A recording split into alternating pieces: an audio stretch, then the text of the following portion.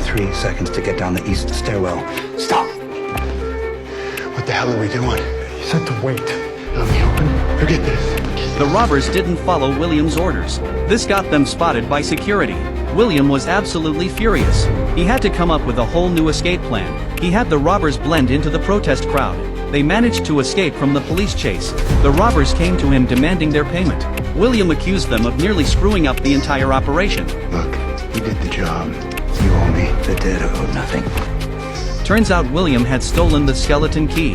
This device could easily crack any security system. He was planning to use it to rob banks. Felicity quickly tracked down the device's signal. Oliver immediately rushed over to capture William, but all they found at that location was a router. Felicity tried to hack into that router. She had no idea she was walking into a trap. William tracked down Felicity's location. He's trying to break into our network. I'm not trying. I am. William used the skeleton key to destroy Oliver's system. They couldn't track William anymore. Oliver decided to deposit $8 million in the bank. He wanted to lure William into robbing it. Felicity felt awful about everything. She thought she was completely useless. The one thing I'm supposed to be good at, I'm failing at miserably. William totally took the bait. To prove herself, Felicity went to the bank alone to face off with William. She set a trap in the bank's system. Sure enough, William used the skeleton key to hack the bank system. Felicity quickly pinpointed his location. Sarah went to arrest her. Tempest fusion. Time flies. What's that? His cell phone. I uploaded the same virus used in my gear in the foundry. We did it. You did it. That's how you put a guy in the hospital last week. Let me try hitting something that'll actually hit back. Too soon. Get me out there with you. All this, it'd be a lot easier to take. Roy was sick and tired of all this boring training. He wanted Oliver to take him on a real mission. Oliver decided to give him a shot. A bunch of thieves were planning to steal an earthquake generator. Oliver brought Roy along to stop them, but Roy lost it again. He kept beating the crap out of one of the thieves. This let the other crooks get away with the earthquake generator. This thing could kill hundreds or even thousands of people. Roy was pissed off and kicking himself. He was ready to go after these guys on his own. Oliver tried to talk him down and told him to chill out. If not for me or yourself, then do it for Thea. What the hell do you know about Thea? Don't you talk about her. Are you done? I'm not done. I'm gonna stop this thing. Roy took off anyway. Right then Oliver got word that the earthquake generator was being shipped to the port for sale. He rushed over to stop it, but someone jumped him from behind. Roy showed up just in time. He took out the bad guys, but the thief was ready to go down swinging. He fired up the earthquake generator. The shipping container was made of titanium. Oliver couldn't break it open, but Roy was losing control again. Roy, I need you to stop! Focus on Thea. She leaves you. Or she's dead. Everyone is dead. You saved me. You gave me purpose. We're just getting started. Dick. Don't move. It's a landmine. I'm gonna try to disarm it. You can't! Diggle, back away! Felicity, don't move!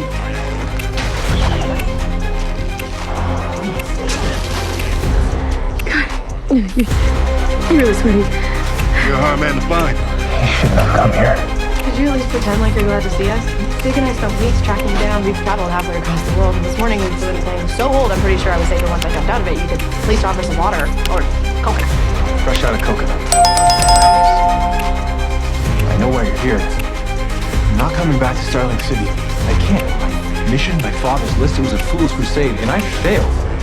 Malcolm Merlin destroyed the Glades. Tommy died, and the hood couldn't stop it. So don't ask me for it. This isn't about you being a vigilante. This is about you being out of the queen. Your mother's in prison, Oliver. Her trial's coming up. He is out of her own family needs. Where's the family business? Listen, I get why you had to leave, Oliver. Probably better than anybody else. I've been there. Now after what happened, nobody can blame me. But it's time to come home. I have to show you something. Easy there, Doug. You're not even bleeding. When did you start juicing? I'm not. Then how do you explain what I just saw? Roy got injected with the miracle serum. This made him incredibly strong. He wanted to fight crime just like his idol, the Arrow. Well, the Arrow once told me all I was good for was taking a beating. Maybe it's time I started handing out a few of my own. So Roy had Sin gather intel for him. But his girlfriend Thea could tell something was off about him. Roy didn't want her finding out about any of this though. Sin quickly tracked down a killer who was targeting prostitutes. Roy had Sin go undercover as a prostitute to lure the guy in. The target took the bait pretty fast. Roy easily ripped the car door clean off, then he yanked the guy out. But Roy completely lost it. He went crazy beating the hell out of the man. He almost killed him. Roy, stop it! You're killing him! I'm sorry. Roy had no idea what was happening to him. He rushed the guy to the hospital. Thea showed up pretty quick. She couldn't believe Roy had put someone in the ICU with just a few punches. She demanded to know what Roy was hiding from her, but Roy didn't want to tell her anything. So Thea had no choice but to go talk to her brother Oliver about it. He won't even listen to me. I know someone he'll listen to. The serum that you were exposed to, it changes your body, but it also warps your mind. Turns them into someone they don't recognize. Someone dangerous. Maybe you should put another arrow through me. This time through my heart. There's another way, Roy. I can teach you to control your new ability. He had no idea how he caught that blade so fast, but Mason didn't know. Before he lost his memory, he was the top agent in the Citadel. A train explosion blew him into the water. When he woke up, he was already rescued in a hospital, but all his memories were gone. The doctor said it was amnesia. 8 years passed. Mason still remembered nothing. He settled down, lived a normal life, with a beautiful wife and a lovely kid. But when Mason ran his DNA in the database, Bernard got the alert first. That also meant the enemy, Manticore, would know. If Bernard didn't act first, Mason's family would already be dead. Bernard never thought his best agent was still alive. He told Mason his real name and files. The system unlocked as soon as Mason got close. It showed all his mission records. Mason realized he was a battle-hardened agent. He himself could hardly believe it, but now he knew where his bullet holes and scars came from. Bernard explained everything. The Citadel was not under any country. It recruited the best agents worldwide. For over 100 years, it had stopped global terror events. But now, Manticore stole the Citadel's X case. It stored the core secrets of the Citadel. If they cracked it, they could control global nuclear launch codes. The case was built from special material. Without the code, it would never open. Bernard needed Mason's help to take it back before they unlocked it. But Mason was shocked. He lost his memory. He was just a normal man now. Yet Bernard told him he once had a partner, the best female agent in the Citadel. That's why Bernard knew at first sight Mason must have lost his memory. Bernard said once they got the case back, inside it was something that could restore Mason's memory. 8 years ago, Bernard thought Nadia was dead, but she also came back alive. Why are you following Laurel Lance? I could ask the same thing of you. Who are you? Don't you know your life will never be the same? I can take it. Not this time. Ollie. Sarah. Oliver was completely stunned. He thought Sarah was dead this whole time, but she came back to Star City, and she'd become an assassin. Sarah had been secretly protecting her sister Laurel. Laurel had just been through a kidnapping. Her mental state was totally wrecked, and she was relying on drugs and booze every day. She just got pulled over by the cops for drunk driving. Thankfully, her police officer dad Lance helped her get out of it. Lance chewed her out, saying she'd lose her prosecutor job because of the DUI. I don't know if you've noticed, but I've had a little bit of a hard time lately. I was kidnapped, nearly murdered by a psychopath, and my boyfriend died. I'm driving you home. Now I'll take a cab. Laurel! Sarah tracked down Oliver. She couldn't bring herself to tell her family she was still alive, because now she was an assassin who'd killed countless people. Right then, her father Lance also came looking for Oliver. He was at his wit's end with Laurel. He was hoping Oliver could help comfort Laurel. Seeing her heartbroken father like that really got to Sarah. Oliver urged Sarah to go back to her dad. You have to tell them, Sarah. They need you. It's me. Daddy, it's okay. The girl dressed in a sexy bikini slowly walked into the party. Her alluring figure immediately caught the attention of the party's host. He eagerly called the girl over to his side. He thought it was going to be an unforgettable romantic encounter, but unexpectedly, the girl was actually an agent.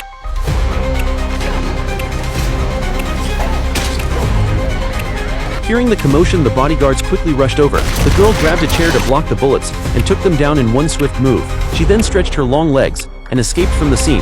Now temporarily safe, the girl immediately called her superior, asking for an extraction. But unexpectedly, her superior suddenly appeared right in front of her, coldly pointing a gun at her. The girl instantly woke up from her dream. Although she had escaped the organization years ago, the moment when the organization betrayed her still haunted her like a nightmare. After calming herself, she went to her boyfriend's grave to pay respects, but she didn't know that the organization had never stopped hunting her over the years. Soon they located Lisa at the grave through satellite surveillance. The organization immediately sent John, leading a strike team to the scene. John quickly used the satellite map to order his men to surround Lisa. As soon as the order to fire was given, the agents mercilessly pulled their triggers.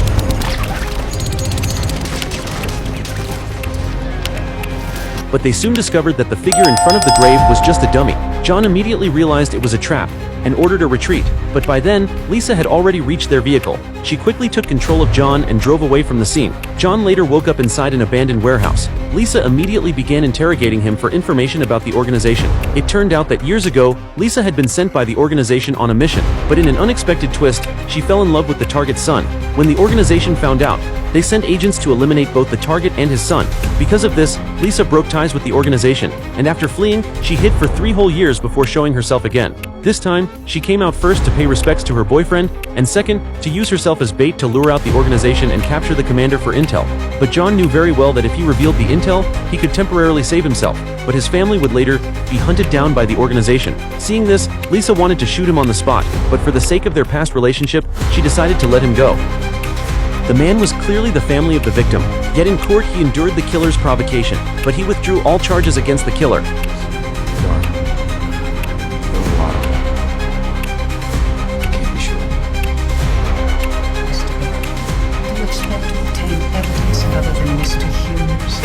No, Your Honor, I do not. I'm dismissing this case. Due to insufficient evidence, the killer was released on the spot. He swaggered out of the courtroom, thinking the man had been scared into submission. Little did he know, this was only the first step of the man's revenge. Just a few days earlier, the prosecutor had approached the man, saying there was no surveillance at the crime scene, and only Jack had witnessed the entire murder. Because he and the victim were father and son, his testimony would likely not be accepted. The killer might be given a light sentence, or even walk free.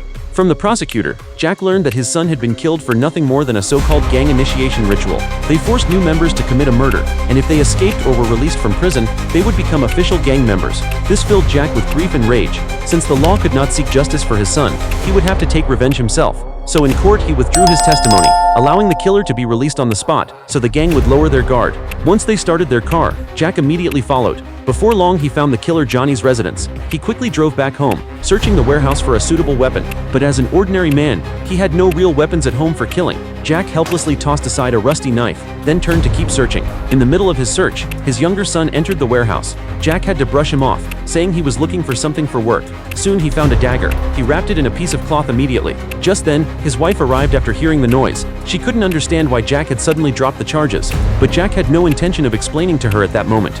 He used the excuse of going back to the company to get some files, and left home. Soon he was staking out in front of Johnny's house. But then he suddenly thought about his wife and younger son. He couldn't help but ask himself, was he being too impulsive? For a piece of scum, was it worth throwing away the rest of his life? Just as he came to his senses and started the car to leave, someone suddenly stepped out from a room in the distance. It was none other than Johnny, the one who killed his eldest son. Looking at that infuriating face, Jack finally couldn't hold back and got out of the car. Oliver Queen, under arrest on suspicion of obstruction of justice, aggravated assault, trespassing, acting as a vigilante. Are you out of your mind? And murder. You have the right to remain silent. Oliver got arrested. Detective Lance immediately started interrogating him, trying to get Oliver to admit he was the vigilante. But Oliver's parents showed up. They interrupted Lance's interrogation and told Oliver, "Don't say anything until his lawyer gets there." I want Laurel. Oliver's mother had to go ask Laurel for help. He wants you to represent him. He says if you don't represent him, then he doesn't want any attorney. But Laurel turned down her request. She said she refused to defend her ex-boyfriend, so Oliver had to go to court by himself. He asked the judge for bail, but the prosecutor argued. Oliver was Star City's richest guy. No amount of bail money could guarantee he'd show up in court. Signer Laurel Lance, Your Honor. I'd like to file my appearance on behalf of the defendant. Laurel managed to get Oliver out on bail. He'd have to wear a GPS device and stay under house arrest. But then Oliver got word. There was an arms deal going down in the city, but he couldn't leave his house. So he called Diggle over and told him about the weapons deal. Oliver, you can't leave the house. It doesn't have to be me in the hut. Diggle successfully stopped the arms deal, but then someone tried to assassinate Oliver. Luckily, Detective Lance got there just in time and saved Oliver. Diggle's mission successfully cleared Oliver of suspicion. Lance removed his GPS device. By accusing my son publicly, you've made him a target. Would you kindly get the hell out of my house? The man glanced at the mirror across from him, and he knew a hitman was watching him. But before the female reporter could react, Reese pulled her and ran out the back door of the restaurant. Yet once they got in the car, he didn't drive away. He waited for the killer to come close, then shifted into reverse and slammed into the other car. After taking the killer down, Reese got out and searched his body, but the wallet was empty. There was no ID. Suddenly, a file on the passenger seat caught his eye. He glanced at it and froze. Then he grabbed the file and got back in the car without hesitation. Only then did the reporter believe that someone really wanted Reese dead. Reese had been a SEAL team leader. But in Syria, during an anti-terrorist mission, his team was ambushed. 12 teammates died on the spot. Even his wife and daughter were shot dead at home. As a SEAL leader, he swore to make the killers pay in blood. After an investigation, he found the trail led to Seoul, the vice president of Dings Industries, so he called his old buddy Ben for help. That night, after confirming Seoul's location, Reese moved in. At the time, Seoul was brushing his teeth. Suddenly, music in the living room turned on by itself. He walked out cautiously to check, but the next second, Reese put a plastic bag over his head and pushed him onto the bed. Reese sealed the bag tight and tied his hands with zip ties. It didn't take long for Seoul to pass out from lack of oxygen. When he woke up, he was naked and tied to a chair. Terrified, he vomited all the alcohol in his stomach. Reese was disgusted, so he pulled the sock from his mouth. But the moment Seoul tried to yell, Reese stayed calm. He turned the music to full volume. No matter how hard Seoul screamed, the guards outside heard nothing, until Seoul's voice gave out and the room went quiet. Reese turned off the music and started questioning him. Soon, Seoul revealed the mastermind. Steve, the boss of Dings Industries, ran any business that made money. He even worked with the military. The ambush in Syria was most likely his plan. Seoul only knew the project's code name. The details were above his pay grade. He begged Reese to let him live. But after Reese asked one deadly question, Seoul realized he was done for. So he confessed. It was Steve's lawyer, Marcus, who hired 2 killers from Mexico to murder Reese's wife and daughter. After getting the answer, Reese pulled out a vial of poison. He slowly injected it into Seoul's body, and Seoul died silently in his own mansion. Right after, Reese sent the reporter an encrypted message, asking her to check a project called RD-4895. Now his revenge list had 2 new names, Steve and Marcus. Ben asked who he would go after first. Reese didn't hesitate. Marcus, the man who ordered his family killed, was the priority. But Marcus had no idea. He was driving his luxury car, feeling proud, while Reese had already aimed a sniper rifle at him. What's going on? What's going on is that the 3 of you are getting around the clock police protection. Because they're going with you everywhere you go. No arguments. I'm a lawyer. I live to argue. I'm your father. I live to keep you safe. Even though Laurel really can't stand how controlling her dad is, her father is absolutely determined to protect her, because Oliver threatened her defendant Martin last night, demanding he show up in court and confess to what he did. Martin was furious. He wanted to get rid of Oliver, but his guys suggested they should just take out the plaintiff instead. You take out Emily Lucetti and Laurel Lance will never let this go. Then we kill Lance. Oliver's parents want him to take over his company, but Oliver only wants to keep doing his mission to save the city. He has no clue how to make his mother understand how committed he is, so he goes to have a heart-to-heart with Laurel. Laurel tells him he needs to stand firm in what he believes. Did you hear that? What? Hey, come on! Come on! The assassin broke into Laurel's place. Oliver quickly got her out of there, but the killer had them completely surrounded. Oliver and Laurel were stuck with no way out. That's when Diggle arrived. He took down several of the killers, but the last one overpowered him. Laurel's father finally showed up with a ton of cops. Seeing his daughter was safe, he could finally relax. I got you all right? I'm okay. Feel free to run as many red lights in the city as you want. What the hell's going on? You were injected with a strong-acting blood coagulant. Kid saved your life, Oliver. You told him who I am. Yeah, I did. That's not your secret to tell. Barry and Felicity saved Oliver's life, but Oliver blamed Felicity for revealing his identity. Felicity told Oliver he could trust Barry, but Oliver still wouldn't believe Barry. What are you gonna do, put an arrow in him? I am considering it. Don't worry, he's kidding. And you don't have to thank me, but you should thank her instead of being kind of a jerk. Oliver had no choice but to let it go. He was getting ready to track down whoever poisoned him. Barry told Oliver he'd pulled fingerprints from Oliver's neck. They could nail down who the killer was. So Oliver headed home first, but Shadow actually showed up. Shadow? You can't be here. Ollie? Who are you talking to? Shadow was already dead. Oliver realized he was having hallucinations. Barry told him it might be a side effect from the rat poison. He'd run a blood test for him. Right then Felicity had already pinpointed the killer's location. Oliver immediately got ready to head out, but John could tell Oliver was in bad shape, so he volunteered to take over the mission instead. Oliver had to stay back at base by himself, but then he heard some weird noise. Slate actually appeared. He kept putting Oliver down, blaming Oliver for not getting him out. The island didn't like you, strong kid. It revealed you to be weak. This was all another hallucination. Oliver asked Barry about the blood test results. Your blood's clean. There's nothing wrong with you. Then why am I hallucinating? The guy who helped him get revenge turned out to be one of the masterminds. Ben suddenly fired a shot and blew up a boat outside the villa. He used the chaos to help Reese break into the compound. Their teamwork was tight, no flaws at all. In under 10 minutes, Reese broke through the first line of defense. But just then, Ben spotted a SEAL team landing on the shore. They were clearly sent to protect the Secretary of Defense, and they had fought Reese before, so they knew how dangerous he was. Ben told him to fall back, but Reese was already in full berserk mode. He pushed straight forward, heading for the Secretary's door. He cleared the guards in the lobby, then tossed a smoke grenade outside the final room. Using thermal vision, he quickly took out 2 soldiers inside. He kept moving. A flashbang knocked one agent out cold. Another agent rushed in to stop him, but Reese was way past reason.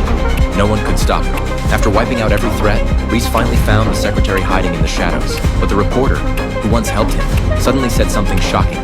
She told him the Secretary never took any bribes. Then she pulled out the list from Reese's vest and flipped it to the back. His daughter's drawing was on it. She hoped it could pull him back to reality. But the Secretary, unable to take the humiliation, shot himself.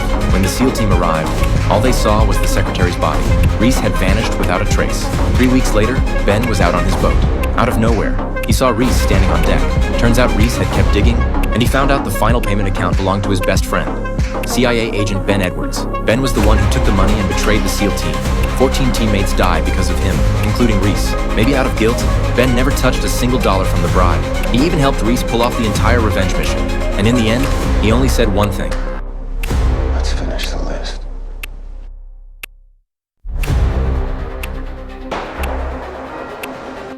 How about I give you a lift? Man, that's not freaking you out. Let's go.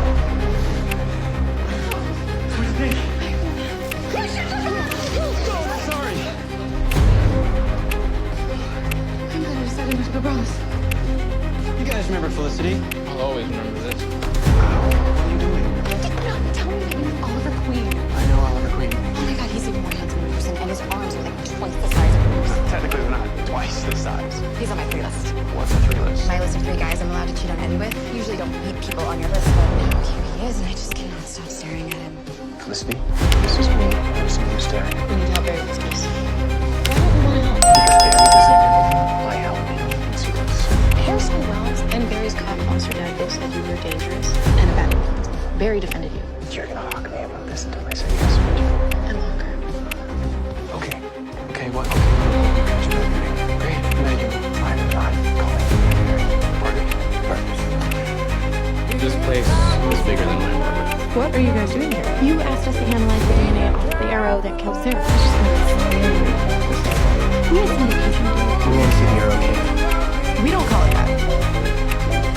I want to see the toys. I need to see the toys. I guess the arrow movie. Don't touch that. Or that. It's a jettisoning arrow. Compress CO2 to jettison hydrogen to all of the cables. Since when did we start selling missions? Do you see what you've done? Incredible. I have so many ideas for improvements. And this. Oh man. This is the problem. And I mean, this is the green. Hey, what's that for? Distracting me from work. So where's Mr. Diggle? He's right down. Diggle. We have a bit of a situation here. A man's at arc. There's some violence here. Problem with this guy. It's the real deal. We're trying to disrupt the arts. My life is there. Badass. So cool. It'll be over by the time we get there.